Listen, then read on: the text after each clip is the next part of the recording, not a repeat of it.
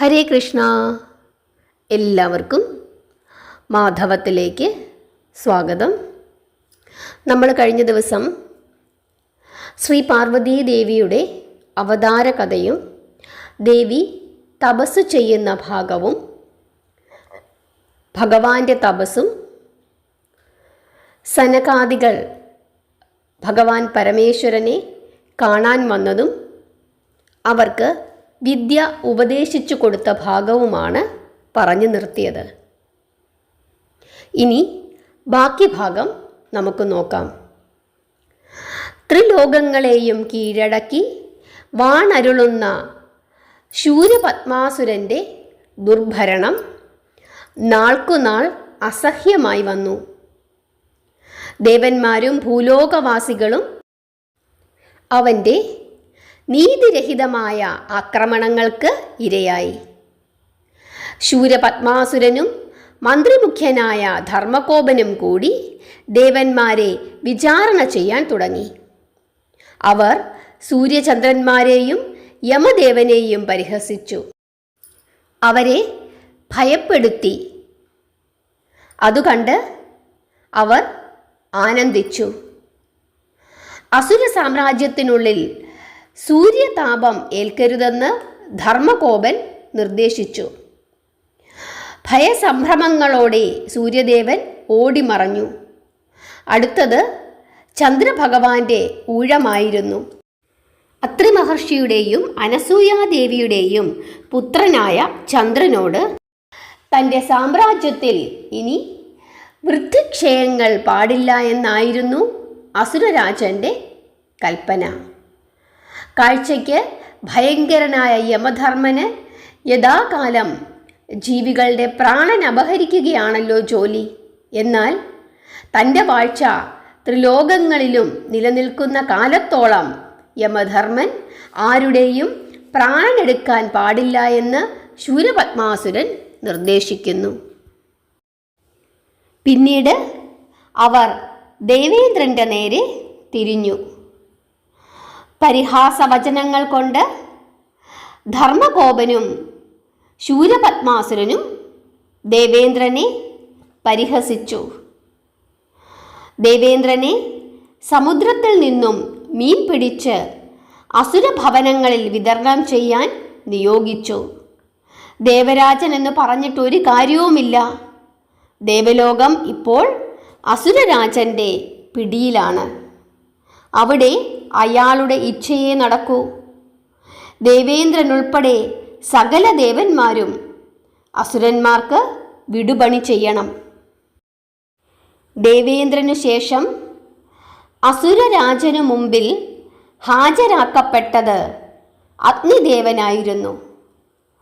അസുരഭവനങ്ങളിലെ പാചകപ്പുരകളിൽ വിറകരിക്കുന്ന ജോലിയാണ് അഗ്നിദേവന് ലഭിച്ചത്. ആരോട് പരാതിപ്പെടാൻ? അനുസരിക്കുക തന്നെ. ദുഃഖിതനും അപമാനിതനുമായി അഗ്നിദേവൻ വിചാരണ മണ്ഡപത്തിൽ നിന്നും ഇറങ്ങിപ്പോയി.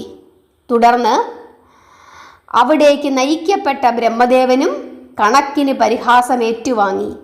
എന്നാൽ അസുരവംശത്തിൻ്റെ മുതുമുത്തച്ഛനായ മരീചിയുടെ പിതാവെന്ന പരിഗണനയിൽ ശൂരപത്മാസുരൻ ബ്രഹ്മദേവനെ അധികം ഉപദ്രവിച്ചില്ല. അസുരഭവനങ്ങളിൽ ജ്യോതിഷ സംബന്ധമായ ജോലികൾ ചെയ്ത് നാൾ കഴിച്ചുകൊള്ളാൻ അയാൾ ബ്രഹ്മദേവനോട് ആവശ്യപ്പെട്ടു. ഇപ്രകാരം ദേവലോകത്തെ ചെറുതും വലുതുമായ ദേവതകൾക്ക് തൻ്റെ ഇച്ഛ പോലെ ഓരോ ജോലികൾ കൽപ്പിച്ചു കൊടുത്തും അവരുടെ ദൈന്യതയിൽ അത്യധികം സന്തോഷിച്ചും വിരാജിക്കുകയാണ് ശൂരപത്മാസുരൻ. ഉദയകാലത്ത് തെക്കുദിക്കിലുള്ള ധീര മഹേന്ദ്രപുരിയിലാണ് ദേവന്മാർ അടിമപ്പണി ചെയ്യേണ്ടത്. മധ്യാഹ്നവേളയിലാകട്ടെ താരകാസുരൻ്റെ ആസ്ഥാന നഗരമായ മായാപുരിയിലെത്തണം. സായാഹ്നത്തിൽ സിംഹമുഖാസുരൻ വസിക്കുന്ന അസുരപുരിയിലാണ് ദേവന്മാർ ദാസ്യവൃത്തി ചെയ്യേണ്ടത്. രാപകലില്ലാതെ അസുരന്മാർക്ക് വിടുപണി ചെയ്ത് വലഞ്ഞ ദേവന്മാർ ഇതിനൊരവസാനം കാണാൻ ആഗ്രഹിച്ചു. ദേവരാജനായ ദേവേന്ദ്രനു പോലും അസുരന്മാരുടെ ക്രൂരതയിൽ ഗത്യന്തരമില്ലാതായി. അദ്ദേഹം പത്നിയായ ഇന്ദ്രാണിയുമൊത്ത് മഹാമേരു പർവ്വതത്തിൽ പോയൊളിച്ചു. ശൂരപത്മാസുര പുത്രന്മാരായ ഭാനുകോപൻ ദേവലോകം ആക്രമിച്ചു കീഴടക്കിയതോടെ ദേവന്മാരുടെ സ്ഥിതി കൂടുതൽ പരുങ്ങലിലുമായി. ദേവേന്ദ്രപുത്രനായ ജയന്തൻ കാരാഗൃഹത്തിൽ അടയ്ക്കപ്പെട്ടു. ഒടുവിൽ ദേവന്മാരെല്ലാവരും ചേർന്ന് ശ്രീ പരമേശ്വരനെ ധ്യാനിച്ച് പ്രസാദിപ്പിച്ചാൽ മാത്രമേ ഇതിനൊരു പരിഹാരം കാണാനാകൂവെന്ന് നിശ്ചയിച്ചു. മഹാമേരു പർവ്വതത്തിൽ ഒളിവിൽ കഴിയുന്ന ദേവേന്ദ്രൻ തന്നെ ശിവശങ്കരനെ ധ്യാനിച്ച് കഠിന വ്രതാനുഷ്ഠാനങ്ങളോടുകൂടി തപസ്സനുഷ്ഠിച്ചു. ദീർഘനാളത്തെ തപസ്സിനൊടുവിൽ ഭക്തവത്സലനായ ശ്രീ പരമേശ്വരൻ ദേവരാജന് മുമ്പിൽ പ്രത്യക്ഷപ്പെട്ടു. ആശ്രയമറ്റവന് മുമ്പിൽ നവപ്രതീക്ഷ എന്നതുപോലെ മുന്നിൽ തെളിഞ്ഞു നിൽക്കുന്ന കാരുണ്യരൂപനെ കണ്ടപ്പോൾ തന്നെ ദേവേന്ദ്രന് പുതിയൊരു ഉണർവുണ്ടായി. അദ്ദേഹം ശിവശങ്കരനോട് ഇപ്രകാരം പറഞ്ഞു: മഹാദേവ, അഭയം നൽകിയാലും. ശൂരപത്മാസുരന്റെ നേതൃത്വത്തിൽ അസുരകുലം ഒന്നു ചേർന്ന് 3 ലോകങ്ങളും കീഴടക്കി എങ്ങും ഭീതി വിതച്ച് ഭരണം നടത്തുന്നത് അങ്ങറിഞ്ഞില്ലേ? സകല പ്രതാപ ഐശ്വര്യങ്ങളോടും വാണിരുന്ന ദേവന്മാർ ഇപ്പോൾ അസുരന്മാർക്ക് ദാസ്യവൃത്തി ചെയ്തും അവരെ ഭയന്നും കഴിയേണ്ട ഗതികേടിലാണ്. അമരാവതി നഗരം അവർ അഗ്നിക്കിരയാക്കി നശിപ്പിച്ചു. ജയന്തകുമാരൻ ഇപ്പോൾ അവരുടെ തടവറയിൽ പീഡനങ്ങൾ അനുഭവിക്കുകയാണ്. ദുഃഖിതരും അപമാനിതരുമായ ദേവന്മാർക്ക് അവിടുത്തെ പാദങ്ങളല്ലാതെ മറ്റൊരു ശരണമില്ല. കരുണാസാഗരമായ അവിടുത്തെ മനസ്സ് ഞങ്ങളുടെ സങ്കടങ്ങൾ കണ്ടറിഞ്ഞ് വേണ്ട പരിഹാരങ്ങൾ ഉണ്ടാക്കി തരണേ ഭഗവാനെ. ദേവേന്ദ്രന്റെ ദീനമായ അപേക്ഷ കേട്ട് ശ്രീ പരമേശ്വരൻ ചിന്താകുലനായി. ദേവേന്ദ്രനെ ആശ്വസിപ്പിച്ചുകൊണ്ട് അദ്ദേഹം ഇപ്രകാരം പറഞ്ഞു: ദേവേന്ദ്ര, ദേവനായാലും മനുഷ്യരായാലും അവർക്ക് കർമ്മഫലത്തിൽ നിന്നും മോചനമില്ല. തെറ്റു ചെയ്യുന്നവർക്ക് ശിക്ഷ ലഭിക്കുക തന്നെ ചെയ്യും. അത് പ്രകൃതി നിയമമാണ്. പൂർവകാലത്ത് നമ്മെ അധിക്ഷേപിച്ച് യാഗം നടത്തിയ ദക്ഷന്റെ ക്ഷണമനുസരിച്ച് യജ്ഞവേദിയിൽ അങ്ങും പോയിരുന്നല്ലോ. അങ്ങയെ കൂടാതെ സകല ദേവന്മാരും പോയിരുന്നു.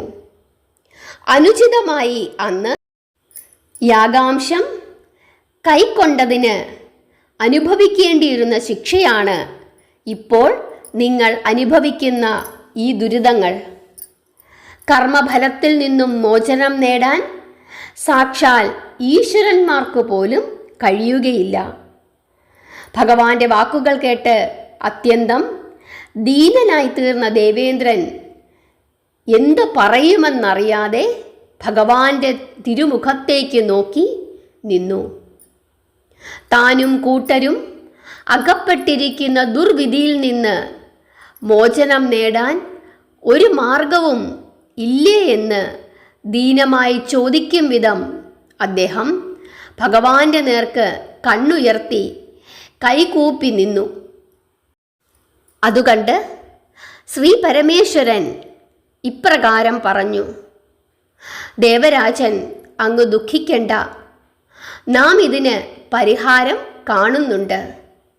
ഏറെ നാളായി ചെയ്ത തെറ്റിൻ്റെ ശിക്ഷ അനുഭവിച്ചു പോരുന്ന നിങ്ങൾക്ക് മോചനം ലഭിക്കാൻ അധികം കാത്തിരിക്കേണ്ടി വരില്ല. വൈകാതെ തന്നെ നമുക്കൊരു കുമാരൻ പിറക്കും. അവൻ നിങ്ങളുടെ സങ്കടങ്ങൾക്ക് പരിഹാരം കാണും. ദേവന്മാർക്കും മഹർഷിമാർക്കും മോചനം നൽകുന്നതിന് വേണ്ടിയിട്ടാണ് ആ കുമാരൻ അവതരിക്കുന്നത്. ഈ അരുളപ്പാട് കേട്ട് ദേവേന്ദ്രൻ സന്തോഷിച്ചു. എന്നാൽ തങ്ങൾക്ക് ശുഭകരമായി ഭവിക്കുന്ന കുമാരസംഭവം എപ്പോഴാണ് ഉണ്ടാവുകയെന്ന കാര്യത്തിൽ അദ്ദേഹത്തിന് ഉത്കണ്ഠയുണ്ടായിരുന്നു. മഹാദേവനെ പതിയായി ലഭിക്കുന്നതിന് വേണ്ടി ഹിമവൽ പുത്രി തപസ്സനുഷ്ഠിച്ചു പോരുന്ന വിവരം ദേവേന്ദ്രൻ അറിയാം. അതേസമയം ഭഗവാൻ ശിവശങ്കരനും അരയാൽ വൃക്ഷച്ചുവട്ടിൽ കൊടും തപസ്സിൽ മുഴുകി കഴിയുകയാണ്. ഇരുവരുടെയും തപസ് ഇങ്ങനെ നീണ്ടുപോവുകയാണെങ്കിൽ കുമാരസംഭവം എങ്ങനെ സാക്ഷാത്കരിക്കും? ഇതൊക്കെയോർത്ത് ദേവേന്ദ്രൻ വ്യാകുലനായി. ശിവസുതന്റെ പിറവിയോട് മാത്രമേ ത്രിലോകങ്ങളിലും ദേവന്മാരും മനുഷ്യരും അനുഭവിച്ചു പോരുന്ന ദുരിതങ്ങൾക്ക് ഒരു പരിഹാരമുണ്ടാകൂ. ശൂരപത്മാസുരനും അവൻ്റെ അനുചരന്മാരും വധിക്കപ്പെട്ടാൽ മാത്രമേ തങ്ങൾക്ക് മോചനമുള്ളൂ. ശിവശക്തി സംയോഗത്തിലല്ലാതെ കുമാരസംഭവം സാധ്യമാവുകയുമില്ല. ആശയക്കുഴപ്പത്തിനടിമപ്പെട്ട് ദേവേന്ദ്രൻ ഇന്ദ്രാണിയെ വ്യാഴഭഗവാന്റെ പത്നിയുടെ സംരക്ഷണയിലേൽപ്പിച്ച് ദേവന്മാരെ കാണാൻ പുറപ്പെട്ടു. അവർ ഒരുമിച്ച് ബ്രഹ്മലോകത്തു ചെന്ന് കുമാരസംഭവത്തെക്കുറിച്ച് ശിവശങ്കരൻ പറഞ്ഞ വാർത്ത സൃഷ്ടികർത്താവിനെ അറിയിച്ചു.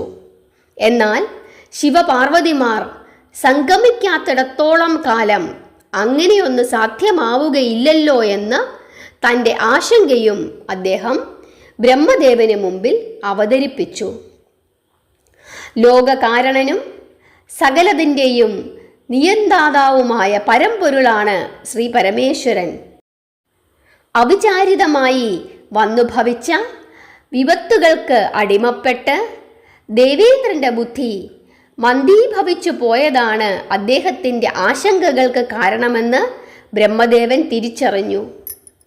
ദേവേന്ദ്രനെ ആശ്വസിപ്പിച്ചുകൊണ്ട് ബ്രഹ്മദേവൻ പറഞ്ഞു, അല്ലയോ ദേവേന്ദ്ര, ശ്രീ പരമേശ്വരൻ്റെ മഹത്വം പലപ്പോഴും നമ്മൾ മറന്നുപോകുന്നു. സകല ലോകത്തിൻ്റെയും പിതാവായിരിക്കുന്ന ശിവശങ്കരൻ പ്രകൃതി നിയമം നടപ്പിലാക്കുകയാണ്.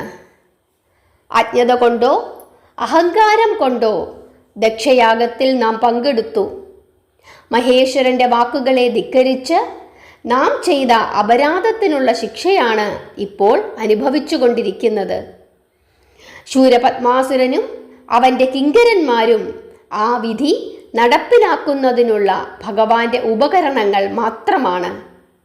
യഥാസമയം തപസ്സു നിർത്തി പാർവതി പാണിഗ്രഹണത്തിന് തയ്യാറാകാനും കുമാരൻ്റെ അവതാരത്തിന് വഴിയൊരുക്കാനും നാം പറഞ്ഞിട്ട് വേണോ മഹാദേവന് അറിയാൻ. തപസ്സും ദേവപീഡയും അസുരന്മാരുടെ ആധിപത്യവുമെല്ലാം ഭഗവാന്റെ തന്നെ മായാലീലകളാണ്. എങ്കിലും ഒന്നുമറിയാത്ത ഭാവത്തിൽ തപസ്സിൽ മുഴുകിയിരിക്കുന്ന ശിവശങ്കരൻ്റെ ഉള്ളറിയാൻ നമുക്ക് വൈകുണ്ഠവാസിയായ ശ്രീനാരായണനോട് അപേക്ഷിച്ചു നോക്കാം. തുടർന്ന് ഏവരും ഒരുമിച്ച് വൈകുണ്ഠത്തിലേക്ക് യാത്ര തിരിച്ചു.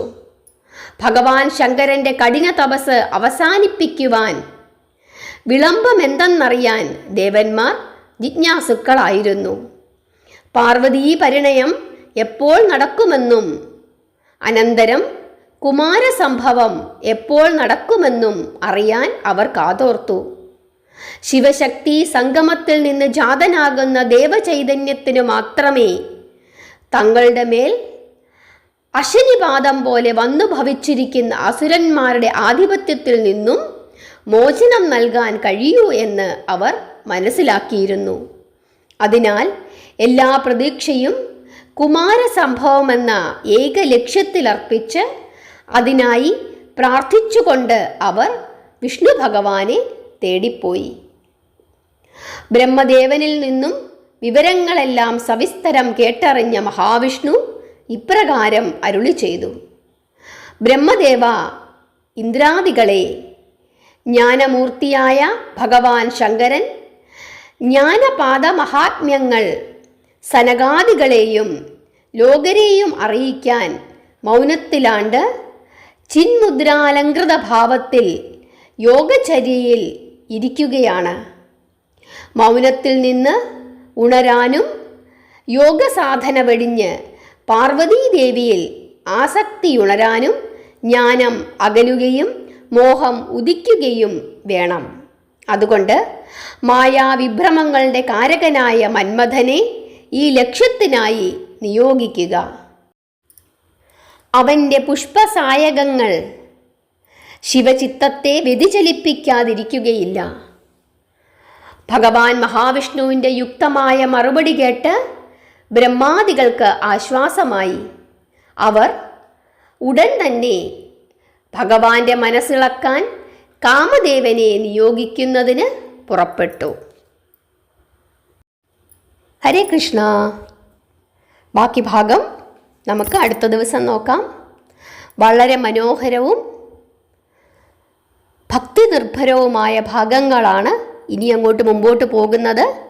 നമുക്ക് കുറേശ്ശെ കഥകൾ പറഞ്ഞു പോകാം. കഥകൾ കേൾക്കാൻ എല്ലാവർക്കും ഇഷ്ടമാണെന്ന് എനിക്കറിയാം. കാരണം എല്ലാവരും കേൾക്കുന്നുണ്ട്. മുഴുവൻ കഥയും വളരെ ശ്രദ്ധയോടുകൂടി കേൾക്കുന്നതായിട്ട് എനിക്ക് മനസ്സിലാക്കാൻ പറ്റുന്നുണ്ട്. എല്ലാവരും എന്നും മാധവത്തിൻ്റെ കൂടെ ഉണ്ടാകണം. ഭഗവാന്റെ കഥകൾ പറയുന്നതും കേൾക്കുന്നതും പ്രചരിപ്പിക്കുന്നതും ഭഗവാൻ ഏറ്റവും ഇഷ്ടമാണ്. അക്കാര്യം എന്നും ഓർത്തിരിക്കുക. എല്ലാവരെയും ഭഗവാൻ അനുഗ്രഹിക്കട്ടെ. അമ്മ മഹാമായയുടെ അനുഗ്രഹം എല്ലാവർക്കും ഉണ്ടാകട്ടെ. ഹരേ കൃഷ്ണ.